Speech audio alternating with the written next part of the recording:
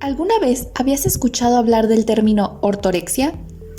Hola a todos aquellos que buscan nutrir su vida de manera responsable y consciente. Mi nombre es Fernanda Irina, soy estudiante de nutrición en la Universidad Mondragón, México, y me encuentro junto con mi compañera Mari Carmen para platicarles de un tema muy importante. Como sabrán, en el episodio anterior ahondamos un poco en el tema de los trastornos de la conducta alimentaria o TCA, pero el día de hoy nos enfocaremos en uno en específico, la ortorexia, la cual se define como un cuadro obsesivo-compulsivo caracterizado por una extremada apetencia y selección de alimentos considerados saludables. Es perteneciente al grupo de trastornos alimentarios no especificados. Y a pesar de no ser un trastorno muy común, en términos generales encontramos que se ha reportado una prevalencia de menos del 1% en países como Estados Unidos. Además, observamos que es visible en algunos grupos específicos como profesionales de la salud y nutriólogos, de los cuales hablaremos más adelante. En lo que respecta a nuestro país, los estudios sobre ortorexia aún son limitados, pero igualmente se ha observado una prevalencia alta en las poblaciones ya mencionadas. Ahora, ¿qué caracteriza este trastorno? Mari, ¿nos podrías platicar acerca de ello? Claro, la ortorexia se caracteriza porque los pacientes llevan dietas restrictivas.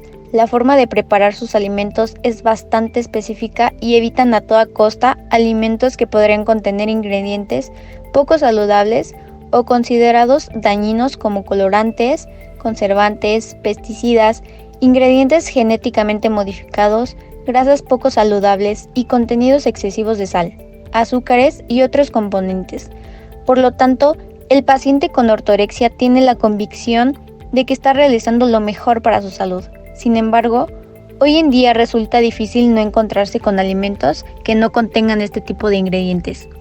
Es como decía el alquimista Paracelso: el veneno se encuentra en todo y no hay cosa alguna que no lo contenga. Es la dosis la que lo convierte en tóxico o curativo. Teniendo en cuenta lo anterior, ¿cómo podemos identificarlo? ¿Qué nos puedes decir al respecto, Fer? Cuando se trata de ortorexia, podemos identificar que se presenta una preocupación obsesiva por la calidad de los alimentos, dejando de lado cuestiones como el placer de comer o incluso la misma necesidad de alimentarse. Hay una planificación previa y estricta de las comidas, por ejemplo, ir hasta cierto lugar solo para obtener algún ingrediente. Hay un aumento en la calidad de la dieta, aunque eso no siempre implica un aumento en la calidad de vida.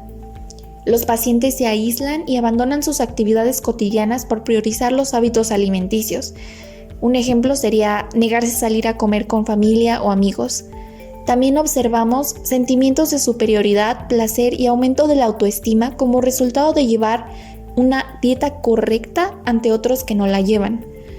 Por el contrario, si se rompe este régimen alimenticio estricto, aparece la culpa. Y por último, surge un sentimiento de control total que nace a raíz de poder controlar su dieta. Efectivamente, pero cabe destacar que esta sintomatología no viene por sí sola. Aunado a ella se presentan una serie de antecedentes. Primero, como sociedad occidental desde hace ya algunos años, se ha observado que estamos constantemente expuestos a un sinfín de información sobre alimentos saludables o potencialmente dañinos, así como dietas de moda, consejos saludables, entre otros que suelen ser razones por las que seleccionamos ciertos alimentos y ocasionan que una persona comience de forma inconsciente a intentar mejorar la calidad de la alimentación hasta que se le convierte en una obsesión y rigidez a la hora de elegir qué consumir.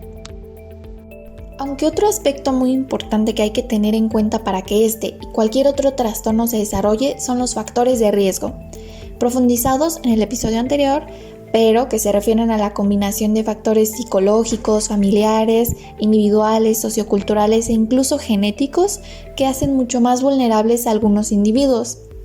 Y tocando esta parte de la vulnerabilidad, me parece súper importante que hablemos de esto porque es una realidad que existen ciertas personas que son mucho más propensas a desarrollar, en este caso, ortorexia. Diversos estudios han demostrado que existe una gran incidencia de este padecimiento en estudiantes pertenecientes al área de salud y nutrición, como ya lo habíamos mencionado, alcanzando hasta el 20 o el 30% de incidencia, al menos aquí en México. Esto se debe a que se ha comprobado una relación positiva entre los buenos hábitos alimenticios y cierto grado de conocimiento nutricional. Por lo tanto, un estudiante de este ámbito es mucho más vulnerable a presentar una obsesión respecto a su alimentación. Por otra parte, también existe una prevalencia de este TCA en quienes se dedican a deportes como el culturismo, el atletismo y otros. Ahora bien, a pesar de la naturaleza de este trastorno, sí existen implicaciones físicas, psicológicas y sociales que vienen como consecuencias o secuelas. En cuanto a la parte física, puede llegar a presentarse un exceso o deficiencia de vitaminas y minerales. Puede haber pérdida de masa y grasa muscular y existe un riesgo latente de desarrollar hipotensión o problemas cardiovasculares. En el aspecto psicológico, ya habíamos comentado que un paciente con ortorexia tiende a presentar ciertos sentimientos a raíz de su régimen alimenticio. También mantiene niveles altos de dopamina, niveles bajos de serotonina y como resultado tienen un exceso de euforia combinado con altos niveles de ansiedad. Incluso en casos graves puede llegar a presentarse una distorsión paulatina del pensamiento, volviendo al paciente cada vez más inaccesible a la crítica y aumentando la posibilidad de desarrollar pensamientos psicóticos. Finalmente, en el aspecto social, es notoria la pérdida de contacto con amigos y familiares y o aislamiento provocado por las conductas obsesivas. Y bueno, ya que conocemos toda esta información que nos sirve de base para saber un poco de la ortorexia, solamente nos quedan dos aspectos por cubrir: el tratamiento y las estrategias de prevención. Antes que nada, es importante saber que cuando un paciente padece de un TCA, nosotros como nutriólogos no podemos proporcionar un tratamiento. Dado que es una enfermedad mental, se debe pedir el apoyo de un psicólogo o un psiquiatra. Sin embargo, podemos ser partícipes del proceso a través de la educación nutricional, la cual tiene como objetivo incidir en el comportamiento del paciente respecto a la comida, haciéndolo consciente tanto de los beneficios como de las consecuencias de una mala alimentación. Además, quiero hacer énfasis en que nuestra función dentro del tratamiento de un paciente con TCA debe ir enfocado en reaprender a comer, siempre buscando que el paciente logre normalizar el patrón alimentario y normalizar el peso. Para tener más claridad respecto al tratamiento de la ortorexia, visto desde el ámbito psicológico, nos acompaña la psicóloga Itzel Rendón. Muchas gracias por el espacio para poder hablar sobre la importancia que tiene el acompañamiento psicológico en los trastornos de la conducta alimenticia, específicamente pues hablando ahora de la ortorexia. Es crucial mencionar que en todos los trastornos se requiere de un trabajo multidisciplinario en donde nos acompañen especialistas de la nutrición, de la psicología, medicina y en caso de requerirse pues la psiquiatría. De este modo pues vamos a permitir que la atención que se le brinde a la persona sea la mejor posible, tomando en cuenta todos los aspectos de su vida. En cuanto a la terapia psicológica, lo que se hace es pues recomendar que sea bajo una terapia cognitivo-conductual, porque esto nos va a poder permitir ir avanzando en la modificación de la conducta. Entendamos que cuando hablamos de ortorexia, ellos tienen una creencia genuina de que hay alimentos que les generan un daño, y entonces parte de lo que se va a trabajar en la terapia tiene que ver con poder hacer esta modificación para el proceso de la alimentación, es decir, que no se convierta en un acto de preocupación, sino que podamos cambiar la idea hacia la alimentación como algo placentero, algo para poder incluso darle lo necesario a su cuerpo.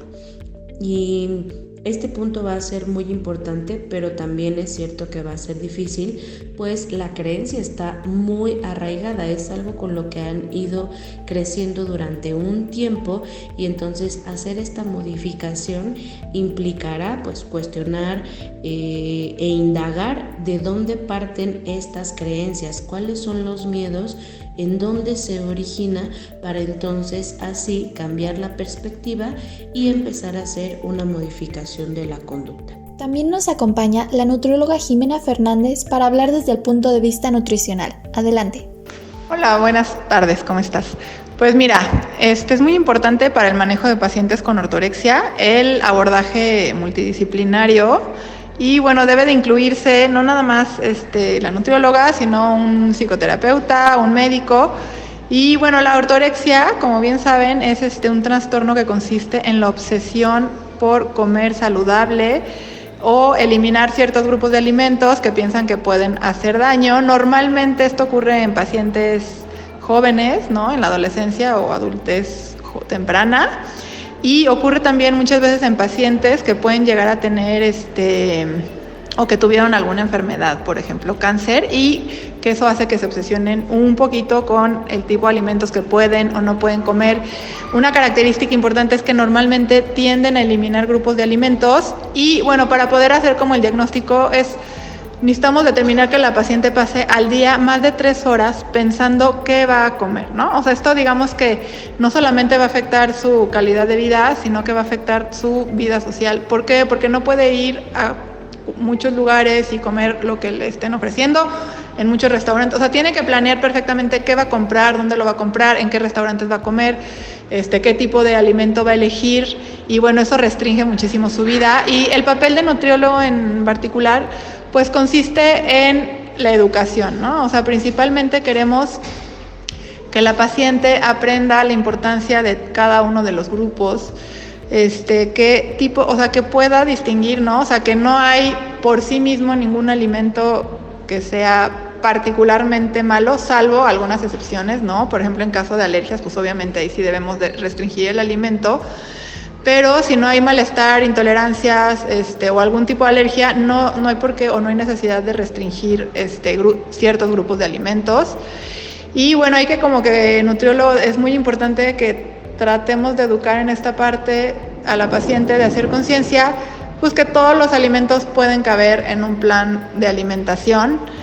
El nutriólogo va a ayudarle a armar planes que sí sean, por supuesto, saludables, pero como tratando de quitar esta parte de la obsesión por comer sin aditivos, sin colorantes, sin pesticidas, ¿no? Entonces como que un poquito a través de brindarle o proporcionarle información basada en evidencia, que ella pueda como leer, ampliar un poquito como su visión de lo que puede o no puede hacerle daño. Ese sería como pues la principal intervención, ¿no? Educativa. A continuación, y como último punto a tratar dentro de este episodio, mencionaremos los diferentes niveles en los que podemos actuar para prevenir la ortorexia. Identificamos 3 niveles. El primero sería la prevención primaria, la cual consiste en educar sobre una alimentación saludable y equilibrada, obviamente sin enfocarse en la perfección nutricional. Fomentar hábitos alimentarios saludables desde la infancia y promover la autoestima y la confianza en la capacidad para tomar decisiones saludables. La prevención secundaria implica identificar y abordar los factores de riesgo como la ansiedad, la depresión y la obsesión por la comida saludable. Ofrecer apoyo emocional y terapéutico a personas con antecedentes familiares de trastornos alimentarios y realizar seguimiento y monitoreo de personas con comportamientos alimentarios restrictivos. Por último, la prevención terciaria implica intervenir tempranamente en casos de ortorexia leve o en proceso de desarrollo, ofrecer tratamiento y apoyo a personas con ortorexia establecida y por último, fomentar la recuperación y la reintegración social.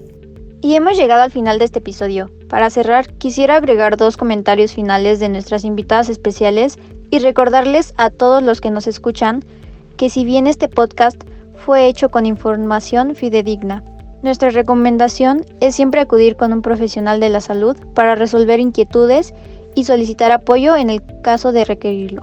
Pues por último me gustaría agregar que si tú o alguna persona se encuentran pasando por una situación de este tipo, lo ideal siempre será buscar ayuda profesional, pues es muy importante tener un acompañamiento que genere los mayores beneficios para la salud de cada persona. Pues el principal mensaje sería que busquen ayuda. Es muy importante buscar un equipo multidisciplinario, ¿no? Donde se incluya, pero sobre todo, pues no se puede acudir con cualquier terapeuta, con cualquier médico, con cualquier nutriólogo, sino con especialistas en esta área del manejo de trastornos de la conducta alimentaria. Muchas gracias por acompañarnos el día de hoy. Esto fue ¿Alguna vez has escuchado de?